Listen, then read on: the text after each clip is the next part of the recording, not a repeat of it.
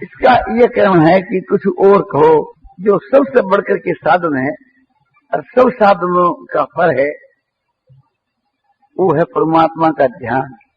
हर वक्त परमात्मा के स्वरूप का ध्यान रखना चाहिए हमारे को। और चाहे कुछ भी न हो, चाहे जब भी मत हो, चाहे सत्संग भी मत हो, और चाहे कुछ भी मत हो, परमात्मा का ध्यान रहना चाहिए। तो परमात्मा का जो ध्यान है, उसके वहां प्रसन्नता, शांति, आनंद प्रत्यक्ष है। किंतु प्रत्यक्ष जो शांति, प्रसन्नता, आनंद है, उसके लिए हमको ध्यान नहीं करना।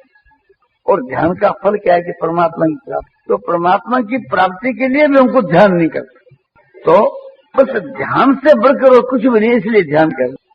कोई कामना को लेकर के ध्यान नहीं करना है। मुक्ति की भी कामना आप लोगों को नहीं रखनी। तो बोले ठीक है, किंतु साथ के बीच के वहां नाम का जप रहे तो उसमें मदद ही मिलेगी ध्यान में। तो बोले उसमें कोई हमारा आपत्ति क्या है कि जप भी करें, ध्यान भी करें। साथ के वहां जप उस ध्यान में सहायक है, इसलिए हमारे जप करने में कोई विरोध नहीं। तो जप करते हैं ध्यान के लिए, जब से ध्यान के वहां मदद मिलती है। और बोले ध्यान सत्संग से भी ध्यान जमता है। बोले सत्संग से यदि ध्यान जमता है तो सत्संग भी साथ में रहे, हमारा कोई सत्संग से विरोध नहीं है। किंतु हमारा तो मतलब है कि ध्यान हमारा चल रहना चाहिए। और ध्यान के बीच के में जो मदद कारक है उसका आदर करते हो, उसके लिए कोई आपत्ति की बात नहीं, कोई निषेध नहीं।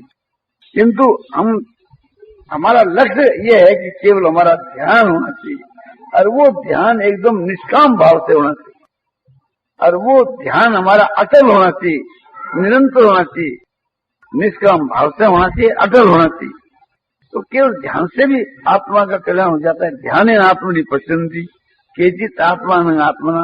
कितने आदमी ध्यान के द्वारा उस परमात्मा को अपनी आत्मा के अंदर बुद्धि से देखते हैं, अनुभव करते हैं। हमारे से पतंजलि कहते हैं ध्यान है तद्वृत्ते।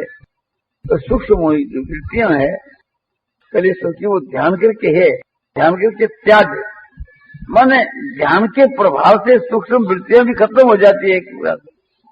तो ध्यान की सभी कोई महिमा गाते हैं, सभी शास्त्र। और गीता का तो विशेष लक्ष्य है। गीता का जोर तो भगवान के नाम के जप के ऊपर इतना नहीं कि जितना भगवान के स्वरूप के चिंतन के ऊपर है, स्मरण के ऊपर है। स्मरण की जो आगे की अवस्था है वो चिंतन है, और चिंतन की और अवस्था जब बढ़ जाती है तो वो चिंतन ही ध्यान बन जाता है। भगवान के स्वरूप की जो यादगिरी है उसका नाम स्मरण है। और उसका जो एक प्रकार से मन से थी स्वरूप पकड़ा रहता है, उसकी आकृति भूलते नहीं है, वो होता है चिंतन। और वो ऐसा हो जाता है कि अपने आप का बार का और का ज्ञान ही नहीं रहे। एक तांता ध्यानम, एक तार समझो कि उससे का ध्यान निरंतर बना रहे, वो ऐसो ध्यान का स्वरूप है। तो परमात्मा का जो ध्यान है वो तो बहुत ही उत्तम है। तो परमात्मा की प्राप्ति तो ध्यान से शास्त्र में बतलाई है, किंतु अपने को तो परमात्मा का ध्यान इसलिए करना है कि ध्यान से बढ़कर कुछ भी नहीं। जितने जो साधन है वो ध्यान के लिए है, और ध्यान है तो परमात्मा के लिए है। किंतु हम एक प्रकार से ध्यान तो करें और परमात्मा को नहीं बुलावें, तो परमात्मा समझो कि अपने आप ही वहां आते। तीक्ष्ण जो है जो भगवान से मिलने के लिए जा रहा है, तो उसका ध्यान अपने आप ही हो गया। ऐसा ध्यान लग गया कि फिर भगवान अगर उसका ध्यान तोड़ाना चाह रहे तो भी नहीं टूटता है। तो भगवान कितने खुश हो गए उसके ध्यान को देख करके। उसके ध्यान को देख करके भगवान ऐसे मुग्ध हो गए। बोला यदि ध्यान न हो तो भगवान के केवल नाम का जप ही करना चाहिए। भगवान के नाम के जप से, भगवान के भजन से भी समझो कि परमात्मा की प्राप्ति हो जाती है। क्योंकि भगवान के नाम का जप करने से भगवान में प्रेम होता है, और भगवान के वहां प्रेम होने से समझो कि भगवान की प्राप्ति हो जाती है। इसलिए नाम के जप से भी परमात्मा की प्राप्ति हो जाती है। नाम के जप से सारे पापों का नाश हो जाता है।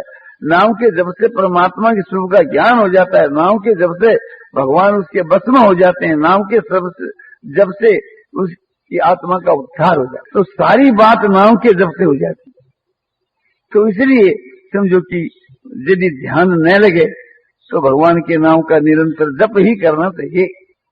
सुमरिए नाम है रूप बीनु देखे,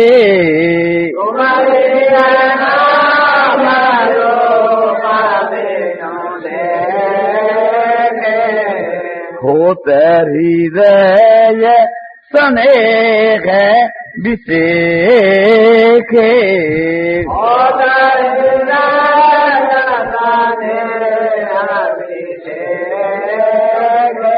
भगवान के नाम का सुमन करना चाहिए ध्यान के बिना। तो भगवान के वहां विशेष प्रेम हो जाता है, प्रेम होने से भगवान मिल जाते हैं। हरि व्यापक सर्वत्र समान,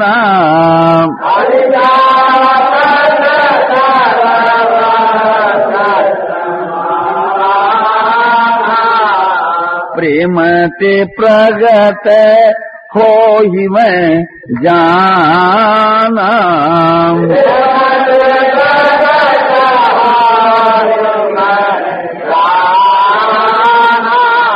हरि शब्द संभाव से विराजमान है और प्रेम से प्रकट होते हैं। शिव जी कहते हैं इस बात को मैं जानता हूँ।